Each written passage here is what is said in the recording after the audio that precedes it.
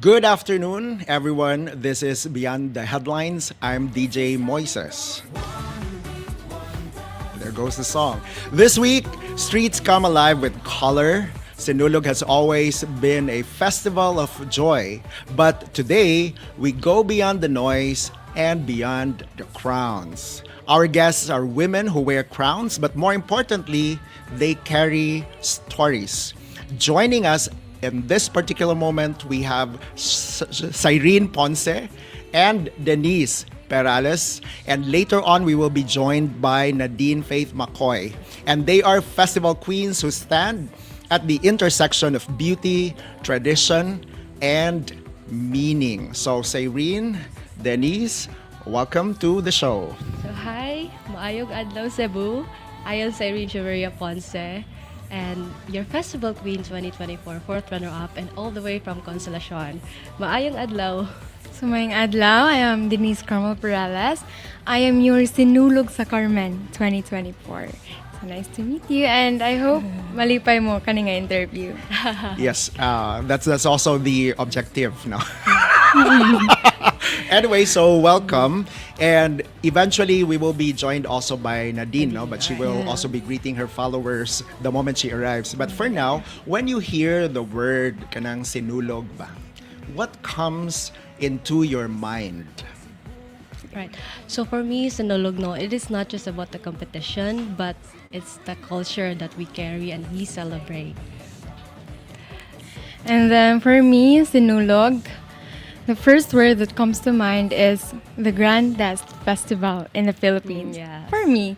And, you know, ang Sinulog jud kay mo jud akong pinaka-favorite time of the year kay ma-practice jud akong faith Yes. by attending the Novena Mass. And then, naasa procession, and of course, the dances that we see on every third Sunday. Yeah, kanang Cebu is really famous, no, for our festival kanang activities, no, especially Sinulog and the different Sinulogs also that happen in each of the municipalities and cities within the island, no. So one of the things that's unique about being festival queens, it's because among all the titles, kaninga title specifically na ay component about faith, no? Yeah. Which both of you mentioned, and they say that Sinulog is a prayer in motion. So what does this kanang mean to you in a personal level, no? So in my journey sa pag Festival Queen, so it wasn't easy, but I really thank God who helped me and guided me along the way. And in the end, it was all worth it naman po. And for me, it was the meaning of being a sinulog, by the way. No? It's a fulfilling and also kanang what do you mean this? But nandito siya sa feeling the part ka sa Festival Queen and also kanang the journey, because it's not just about the crown and such that defines you, but it's the journey that you've been through along the way, and at the end it was all worth it naman po. Okay, as we've been having informal conversation also before the start of the show, kanang there's also a parade component Yes, naman, no? there's a That would also not require, but would encourage you to participate, no? So it also takes a lot of not just the title and the sash, but also faith and commitment to yes. get that Yes. through. Sige, ikaw, Denise. Well, for me, wala dyan ko nag-expect na i-chat ko nga pwede ikaw mo dala sa Santo Niño for Sinulog sa Carmen. And then, na-shock jud ko kay like, ako, sure mo. And then, akong githink ra jud that time is not to win, but it is a form of my devotion. Halad para kang ninyo for me. So, like, during the parade, nag-dance ra jud ko all throughout the day. Nag-antos ko sa kainit. Kaya ang para sa ako, kay ako jud ning ibuhaton para kang Santo Niño. Sige. So, both of you mentioned the word journey, no? So, it was a process, no? Yes. That got you to where you are today. So, let's move back in time Okay? before your first title. So, not necessarily the festival queen, no? Alright. So, move back in time before your first title, who were you? So, Sige. so honestly, back in elementary, I joined almost all the pageant in school in elementary. So my Mga first linggo ng wika. yeah, so my angel ganun. Then the first title that I've gone is sa barangay lang, Matya nang nangka. And I joined twice because the first time nga, the very first nga, ni-join ko. So like, wapa ko ready, then, ano ko na-promise ko sa How old myself. were you at that time? I was 16, I think. And, Okay. But in elementary, nag-join ako pageant ever since. So the time nga, first time ko nag-join sa barangay na mo, I failed, but it's okay.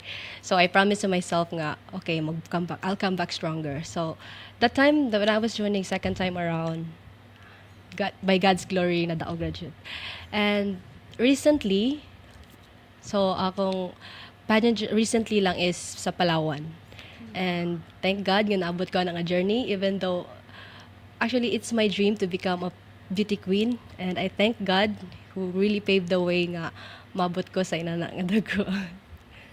And for you, Denise? For me, also, pag elementary, kikay naman jud ko ever since bata ko. Like, mga anak ko mga posing day, mga anak jud dayon ko. Kikay jud ko nga girl. And then I joined Miss Intramurals. And then after that, I won. Then Miss South District 4 dayon. Then Miss Division. And pag elementary, my biggest title was Miss Cebu City Olympics. And then after that is I stopped because I focused sa akong school. And then akong balik pageantry is pag 2021, which is Miss Calamba. Dito na nagsugod, Miss Calamba, Miss Labangon. And fortunately, daogsag ko. Then my biggest title recently is Miss Cebu Cup, where nakadaog ko against 83 barangays. Wow. So, like, daghan pa ko mga mini pageants. So, ingata lang sa mention karon. Sige. So, is being a beauty queen always your dream, no? Although you mentioned it already a little bit earlier, but maybe you can elaborate more.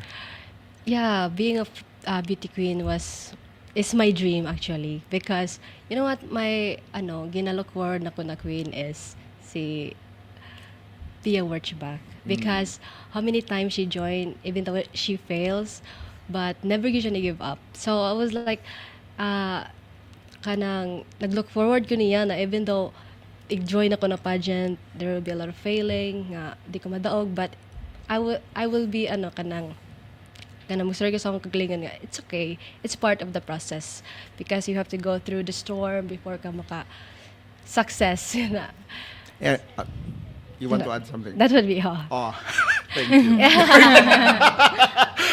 And I would agree with that because I'm a believer man said na everything that we go through, both good and the not so good, they build lessons that we also carry with us in the next chapter, whatever it is. No? correct. Sige. For you, For Denise. me, at first, it was my mom's dream. She really wanted to join pageants since she was a child. Pero, wala siya ginasuportaan ato. So, iyang gipasa na ko. So, Siya iya kang, Yung sige, suportaan na apila gid ni kaniya. Day, apila ni Oo, Jude. oo. Nga, ano ko nga, dili lagi ko, makay maulawon ba ko. Sige lang, sulayi lang. And then later on, I realized ko nga, nindot man sa dining pageantry, kaya naamot kay platform to share and to inspire, especially the youth. And then, dito na nag-start nga, sige, magsige na kong appeal, kaya na naman ko yung purpose. I found my purpose na dyan.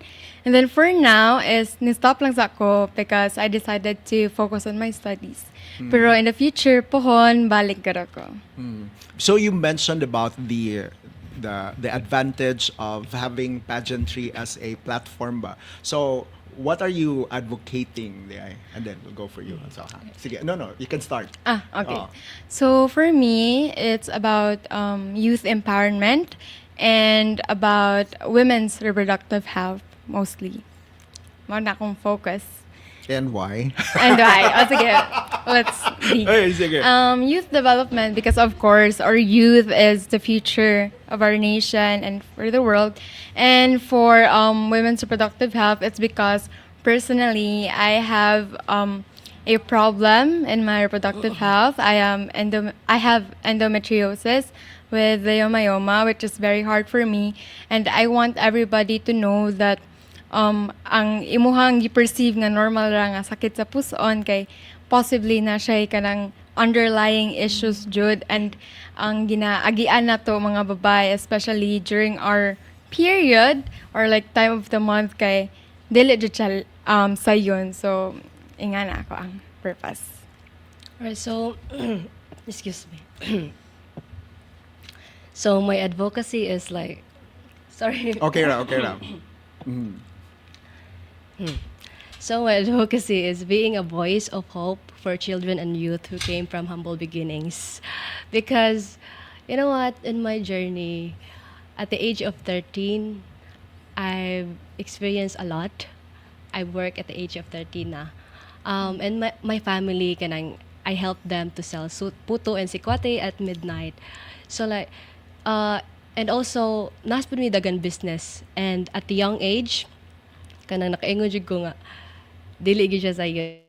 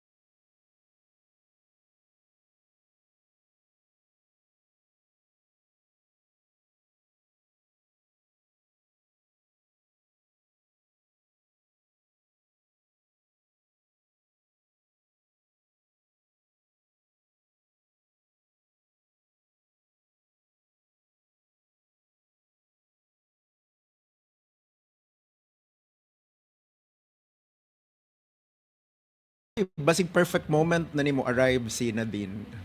Oh, this is her perfect time gid ta.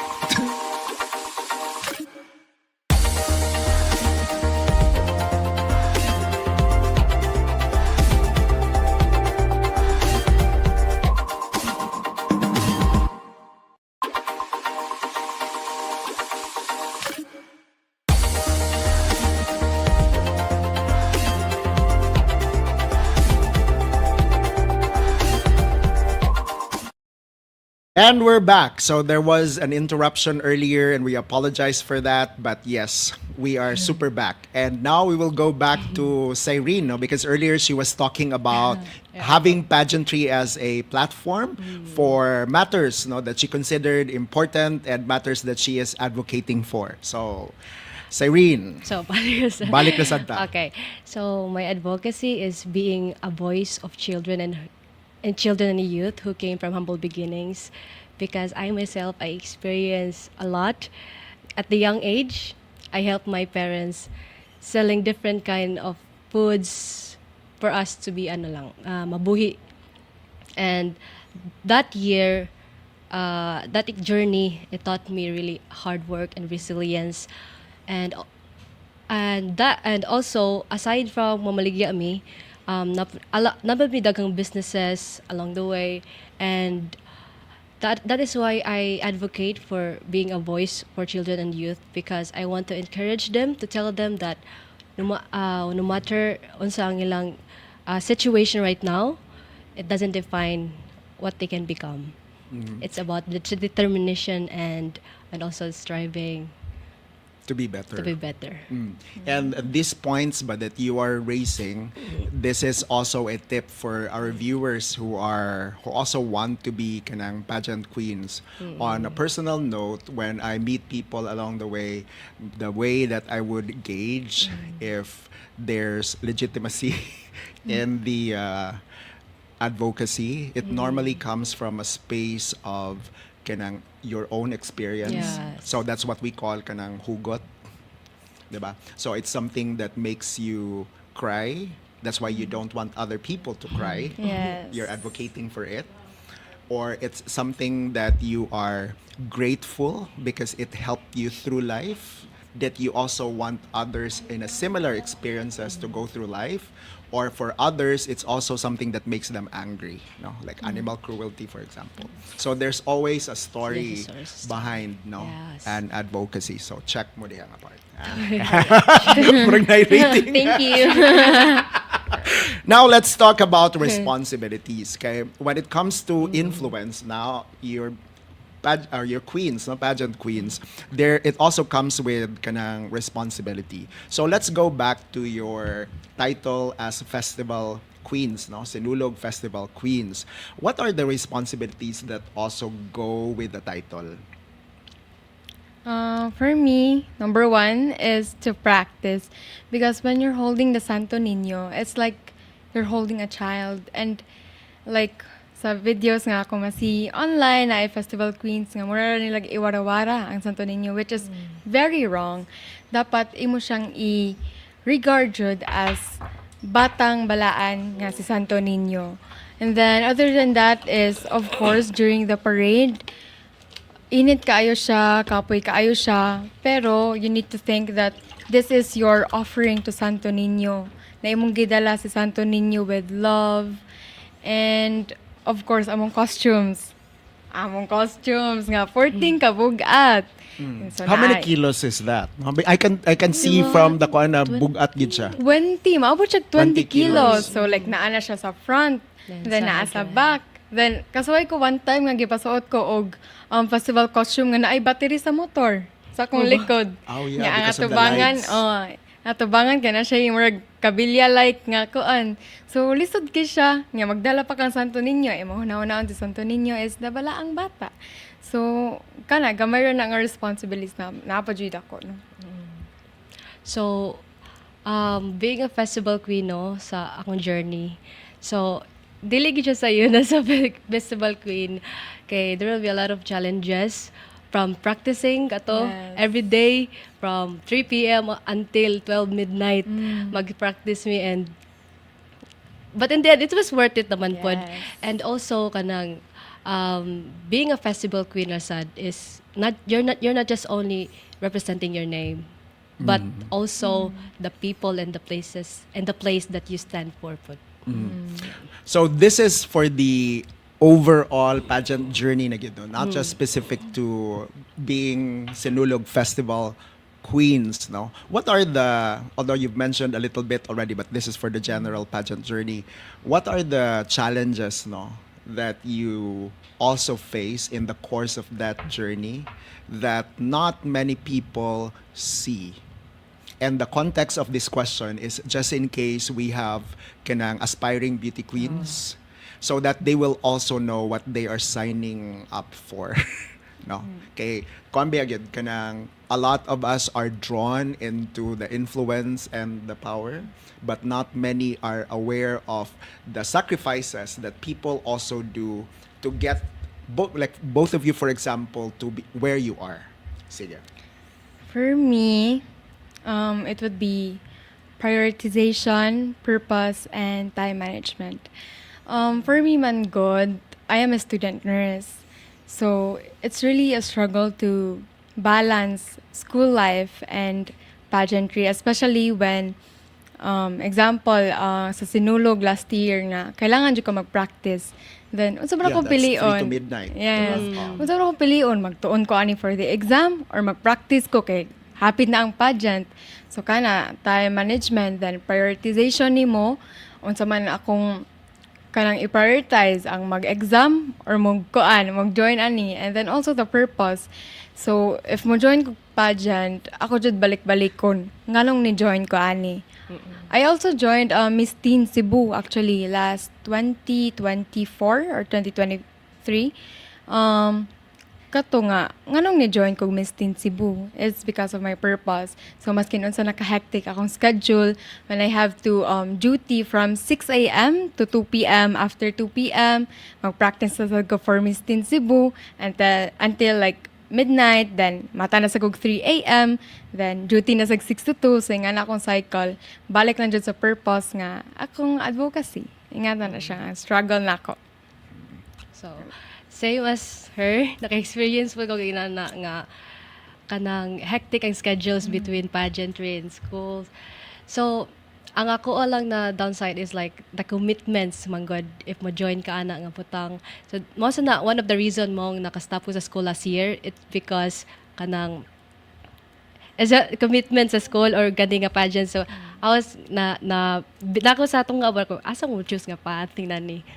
So I thank God nga giguidean ra ko. So naabot ko dito sa pageantry world and I promised myself nga this year okay mo balik lang ako sa eskwela because na mo ang school, di na mo dagan. But this year is mag-focus ka sa school. Then, katong nga year sa akong pageantry is like kanang, kato siya na year, kanang, it has a lot of challenges, kanang, it helped me to grow a lot, especially sa communication skills, and kanang nakidaga ma-meet nga people, and that's it.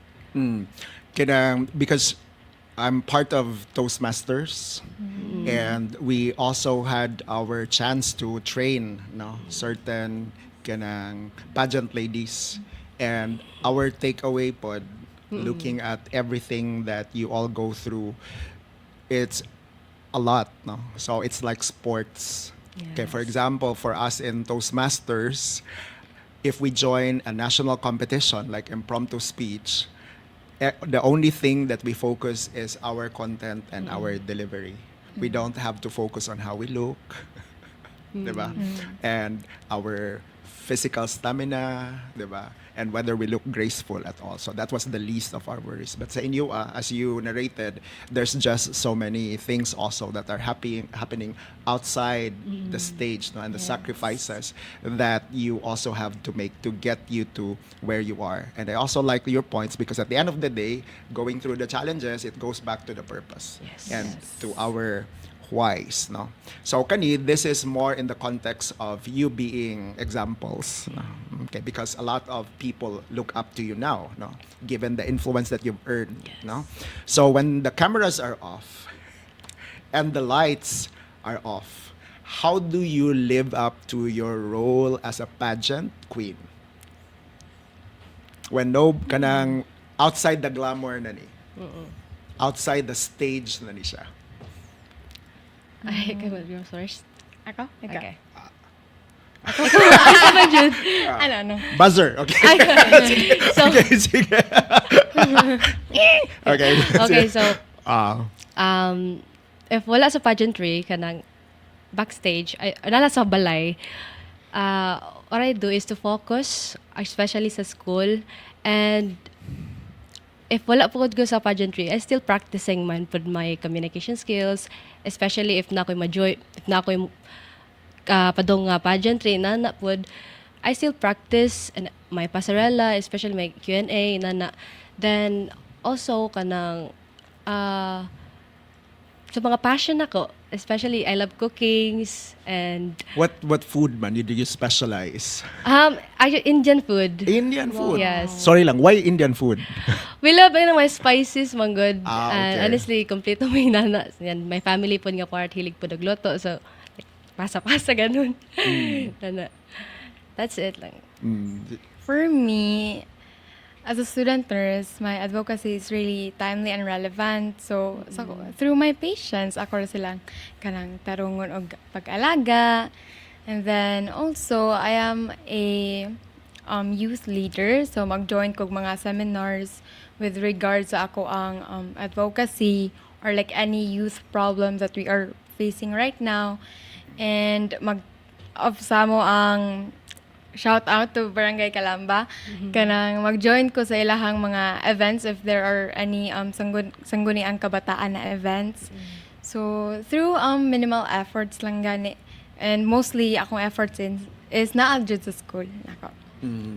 And the next question is this time to also better kanang educate kay ang atong younger viewers, ang inyong ka-age, no, about the essence of sinulog, no, because there's the element of fun, and then there's also the element of faith, no. So what hacks, no, or tips can you tell them so that they would be able to make that balance, na fun, but there's also faith, no. So may imong how can they balance fun with faith? Sige. For me, kay ako na lang, based on my unsa lang akong buhaton. Kay mag-join jud kog novena mass, ako jud paningkamutan nga complete ko sa pag-join sa novena mass, and then every Saturday, and not every Saturday, but like before sa actual sinulog, kay naam na yung procession. So if kaya nila, pwede sila mo join sa procession para ma-show ilang devotion, ilang faith for Senior Santo Niño. And then, ika-Sunday, ana, dira naman ang sayo-sayo. So, pwede na ka magkiat, ana. Then, Saturday, focus lang sa imuhang pag-show sa faith and devotion. So, for me, no, yeah, parehas siyang giingon nga, join mass. And actually, dili kay ko mas, what do you mean by that? So, what's your question? Kuan kanang mabalance ang fun side of sinulog and also the faith side. Sige, magtabi na lang ta. Okay. Sige. So, sige. No, sige. The thing man good karon, it's because kanang sinulog is heritage and also tradition. So it's been passed to us from generation to generation. But there are also kanang certain people who have observed na murag, especially on the younger generation, it's becoming more of fun. So this impression can be right or wrong. It's more of fun instead of also exercising the devotion side or the faith side.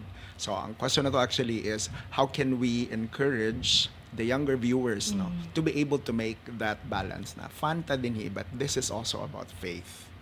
Okay. So, kanang asa ka sa lingaw sa sinulog, naara magyud na, especially ka grand parade. So, my message lang is that set apart, like have a faith, I have a kanang time with the Lord or with the Balangay Santo Niño. And also kanang if imong siya anahon nimo ang devotion ang kuan ang pag sa ulog kanang simba sa Senior Santo Niño. Kay lahi ra man good ang kuan after ana. And also kanang pag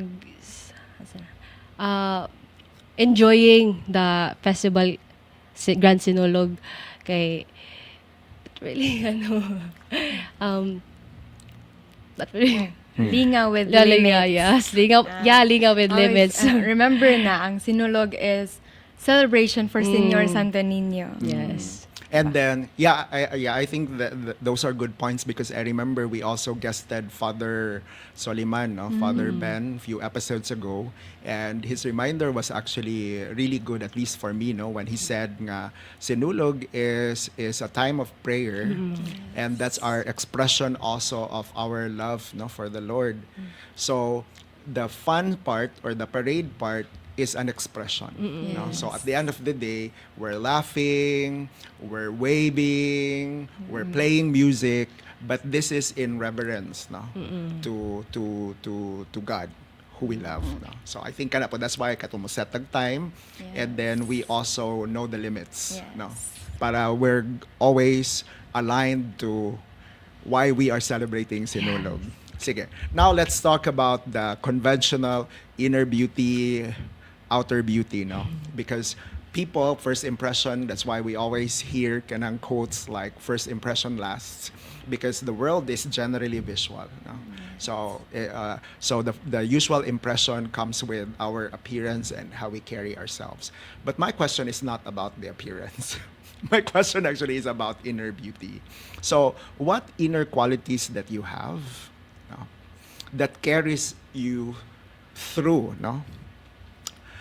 Aside from the obvious that you are beautiful. Buyag. Oh, yes. Sige. Buyag. I think wala ganana ka answer. Let's go. So Irene. Sige. So the quality that, so the quality is that, being resilient. Being resilient again. Because throughout my journey, kaingon jud ko nga, sa akong pageant journey and being a queen and also as a student before is dili gyud siya easy. There were a lot of challenges man pud, but I thank God who guide me all throughout the journey man pud. And the resilient helped me to kanang face the difficult challenges to help me stand strong. For Yeah, Denise. me, maka-face jud ko nga, ingnan jud ko gwapa ka pero pero gamay daw ko. Pero I think my Right. inner qualities is being kind and strong. Strong because I see myself as someone who doesn't easily back down. Maskin unsa pa na kalisod, ako nang pugson nga kayano na nako. And then for kindness, I don't know, ingnan lang ko nila nga kind ko. Maskin like dili ko mo kuan ba nga dapat jud ko mag-kind, dapat jud ko kuan. Ingnan ko niya nga buutan man kay nga na. So I think maana. And a lot of that is also needed in the world today, no, resilience and also kanang kindness. So sige kana siya. So na-remind lang ko sa imo ang answer earlier about some people telling you kanang feedback, no? 'Di ba? And feedback can also be positive. Feedback, unfortunately, can also be negative. Feedback can also be true. Feedback can also be false or not true. That's why it also takes a lot of discernment on our part to know who to listen and what to listen. So, my next one, curious lang ko because kato, some people would tell you you're beautiful pero, no? So, unsay mga wrong feedback that was given to you in the past which you now discovered as dili gyud siya tinuod, especially kamo young biya mo, and then people will tell you and then you would almost believe them nga tinuod siya. I cannot do this or I cannot be like this. Pero karon where you are nakaingon mo nga may nalang wala gyud ko nituod to. Sige, you go first. Okay. So, as far as I remember, daghang feedbacks nga ako ma-receive. Especially nga visible kay mo. Dahil na-feedbacks nga good or bad, especially mga negatives na But I take them as a motivational to move forward. Because if mo dwell man good ka sa ilang mga feedbacks, mga negatives, is like, ari na ko tama na niya. Sige na kag, usam nila gipanorya na. But for me, dili mo ko inana. So ako like, okay, if mauna yung istorya sa ako, then that's it. I go along the way lang, move forward ko. Nana ko nga person. And also, kanang, di mo gyud mabantayan, ay dili jud malikayan, nga naa jud mastorya ang tao. But for me lang, sa mga naka-experience sa ginana, kanang, don't mind them. Just move forward and focus on yourself. For me, kato akong giingon ganiha nga, ingnan ko nga, gwapa ko, pero like, gamay ko. At first, nasadyog ko, kay, unsa mo na akong pagkagamay, kay di naman ako ma-change. Kung mag-heels ko og 6 inches, ako mga kontra, mag-heels og 6 inches. So nitaas po So, sila. nitaas po sila. Nga ako, naragyapon ko diri. So, nga na, no, at first, nasadyog ko, kay, wala ko mahimo. Then, affected jud ko. Pero later on, I realized nga namday gamay ko. Kayam sa nako nga akong confidence mas mataas. So, same with Cyrene nga. Ayaw lang jud mo padala. So, instead of like taking that as ikabati nimo, take it na lang as i-fuel nimo sa imong passion for pageantry. Sige, so to lighten things up, nag-prepare ko kanang gamayng game here now. Game. Nagini buzzer dili. Game. I will just assign you na lang each para walay buzzer. Sige. Kay di ba ni Ana, katon we covered earlier nga Sinulog is also a festival of contrast, no? There's celebration, there's reverence, there's also joy, there's also surrender. So, nakoy duha ka words din but you will only pick one. Dili both, dili and, ha? And then, of course, you will have to share to us nganong gi-pick nimo na siya. Sige, we'll start Okay. with tadadadang. We'll start with Denise. Okay. Sige, pili ha. Applause or peace? For me, peace. Because, nga naman. Pero, kung basta kinsa mo siguro, pilihan siguro ang peace because, ang atawon jud kay, dagan man good ka. Kung ingon kag peace, dagan kag refer. Peace of mind, peace of like, peace of everything. And then, if mo go man good ka for applause, na tendency nga, you are not in peace with yourself. So, might as well choose peace. Sige. And I would also kanang piggyback on that, no, because there was also a time I processed kanang success and peace of mind. And then I figured what's the point of being successful and having Yes. everything but you're not Not at You peace. don't. Yeah. So that's the ultimate measure of Yes. success, no. Sige. Ako ay. For kani, this is the classic beauty, outer beauty Wow. or intelligence, no, the classic question. Ano ako peace niya iya kay lisod. Ala, tagadi kag lisod. Ay ayan. Okay na ta. Okay na yun. sige. The classic ni siya nga question, no? Beauty or intelligence? So the obvious answer would be intelligence because beauty is subjective naman. We view differently because everyone is beautiful jud. So I choose intelligence because ang beauty is man siya kanang own naman animo. You have to accept and embrace you. And also why intelligence? Because for me kanang maka-help pud siya. It's also kanang encouraging a lot of peoples, teaching young adults or youth in terms of pageantry and as queen. And in the course of my life also, I would agree with you that beauty also is subjective. And 99.9% of the time, usually a smart person, ma-attractive po siya. Yes. 99.9% of the time. So I would agree. Karon nangita kag lisod. Agoy. I take that back. No, you cannot anymore. Kani, pero this makes sense and these are not kanang Sige. random games lang. If you are to choose between kanang crown or credibility. Crown or credibility. So for me, I think it would be credibility because I know that the crown, if you have a crown, then nakay dapat buhaton, nakay role, nakay responsibilities. But para nako sa kong heart, I choose credibility because if namang good kay, for example, advocacy, nga dili nimo siya mabuhat, then what's the point?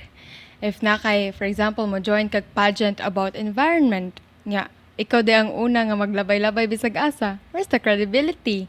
Then in all aspects of life, kailangan jud ta og credibility to succeed in life and to be happy. So murag imo pong na-touch ang Spidey principle na with power Yes. comes responsibility, no? So what's the point of having the crown, that's the power, if you also don't use that, no? Yes. For what you are advocating for. Now, sige, I'll pick something easy for you. Okay. Final na Easy. kabalaka. Sige. Faith or fame? Faith or fame? All right. So I would definitely choose faith and God, because in Matthew verse, good verse. No, okay na yun. In Matthew chapter 6 verse 33, it says there, seek first the kingdom of God above else, and all these things shall added unto you. So if mo seek ka first, no? So that's why I choose faith, because all the possessions and imong desire, if mo follow up na nimo, mo sabay na sa imo ha, if you seek first. That's why I choose faith in God. And also mo po nang ako ang ginabring, I always have a faith no matter the challenges or mga storms nga ako nagian, just have faith in God. Yeah, faith, and then everything will just follow. No, I also agree. Sige kani, a lot of things have been said, balik na tayo in general. So applies to both of you na. A lot of things have been said about pageantry. No? And some of them, pareha na po ginas, kani, so not about you na, about pageantry na. Some of them are good, some of them are not good. Some of the things that people say about pageantry are true. Some of the things that people say about pageantry are kanang false, no? So what about the things that you hear about pageantry that you quietly disagree? Digid na siya tinod. That's not what pageantry is. Murag nangisog ka. Let's go. Let's go, Cyrene. Murag tindog gidayon ka. Let's go, Cyrene. Sige. Ay, tugnaw. Hindi yo pang Okay. Sige. So you were about to say nga dili tinuod nga dili tugnaw sa studio in ana no. But aside from that, sige. Okay. so excuse me. So Not true about pageantry. Okay. For me lang no is they think manggod kanang kanang pageantry is it's all about how we look in the outside. It's how kanang unsa ka kagwapa inani. Chu nagpageant kay gwapa kay kanana chuchu. Then ang ilang think is gwapa mo ni madaog nana. For me mo na ang gina ano nga dili mo siya inana. It's not about how you looks, but it's about the purpose, and also kanang imong advocacy nga imong ma-share, and also kanang advocacy na imong ma-share muna na. For me, no, same with Serene, pageant is not about pagwapahay lang, and pageant is not pageant lang. Parang para na ika-pageant ang usa ka barangay or usa ka organization. It's about the purpose and the role that the winner should take up to if siya ang madaog, unsa iyang purpose, unsa iyang kailangan buhaton, unsa dapat siya maka-inspire and something like that. And basically, maora man akong madunggan na pageant raman na, unsa day na, nga na rin siya. So it is a platform. It also comes with a purpose. No? It's not Yes. just about looking Looking, beautiful. No? yeah. Sige. Kanisha is, you've covered this also earlier a bit no, about the entire pageant journey, and then we cannot win all the time in life. No? I think ako gani, if I can all go back, if there's anything I will tell my younger self, it's really that. No? Na kanang life is, you will not always win in life, and in life sad the answer is not always yes. So part of a life skill good is to how to manage when somebody tells us no, Yeah. or in moments that we lost or lose day, no, in moments that we lose. So in your journey, this is the entire journey na from start to where you are today, was there a particular loss or disappointment in the pageant journey na karon when you look back moingon mo nga a blessing in disguise gyud ito, because if not for that disappointment, if not for that loss, this wouldn't have happened?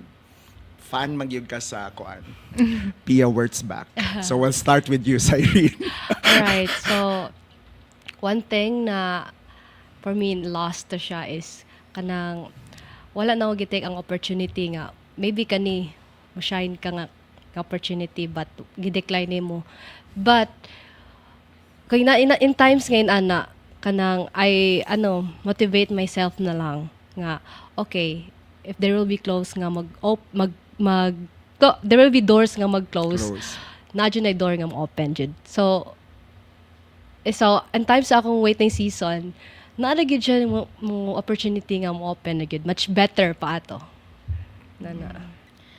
For me, looking back, I have no like regrets or like murag unsa ba kanang na down ko kay I am a firm believer of you are what you are today because of yesterday. And mo to nga murag if that happened before, then it happened. Mag-focus lang ko sa future. Then in the future, I know I am a better person. I know what to choose. I know what to do. And if ever man gani pohon nga murag maka-feel ko og kani nga loss nga imong gipasabot, kay I would remember the advice that someone gave me to fall 7 times and stand back 8 times. Nga na lang siya. So now I'm actually it's been a good conversation, no? But because we also are running out of time, so I'm down to my last question, and we're going back to the reverence side, no, of Sinulog. So if you have one quiet moment, no, before the Santo Niño today, what would be your prayer? Murag ready ka, Ay. Cyrene. Murag ready lang. sige. Oh, game face one. Sige. Mm. If I have a quiet moment with Santo Niño, the first thing I would say to Santo Niño is daghang salamat, Santo Niño. Karon nga year man God or last year, I promised to myself na mulaylo sa jud ko aning pageant. Then suddenly na nag-chat na ako inviting me to this show. So I was really happy that ay wala jud ko gikalimtan ni Santo Niño, even though nag-promise ko sa akong self nga dili lang sa jud ko. Can you prioritize ko sa akong school? Aside from daghang salamat for opportunity, I would also thank Santo Niño for giving me enough blessings, or maybe sometimes too much na, for me, my family, my friends, for meeting such kinds of people, and also sa mga lessons na iyang gihatag na ako kung naay times nga dili man gani na ako makuha akong gusto, daghan gyapon kong pasalamat because I know that he always makes a way for me. He guides me. He chooses the right path for me. Maskin para nako dili siya right path, but for Santo Niño, it's all planned out for me, and dako lang jud kog salik niya. And also mag-sorry sa akong mga sala, of course, kay tawra man ta masayop. And then also I would praise him because it's Sinulog season. It's his time to shine. So ingat lang. Thank you. And for you, Cyrene.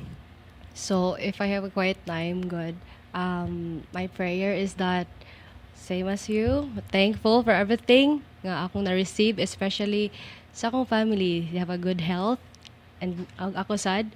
And sa mga challenges nga gipang-guidean ko all throughout the way, even though dili siya sayon, na ups and downs, but thankful ko nga naka-move forward ko, and also sa mga opportunities nga naabot sa ko, gamay madako, but I am really thankful And I think that's a good way to also end the show, no, because both of you are talking about gratitude, Yes. no, and I think that's also a good reminder for me, no, and also for the rest of the viewers, because I know you've heard about this quote already in the past, pero now that I'm way older than the two of you, I realize that it's really true, no, diba they would always say nga, it's not happy people who are grateful, no, it's actually the grateful people who are happy. Okay. So now I'm going to express my gratitude to both of you for also joining us here in Beyond the Headlines and for sharing your stories. No? And thank you also to our viewers for choosing to look beyond the spectacle and to listen beyond the noise.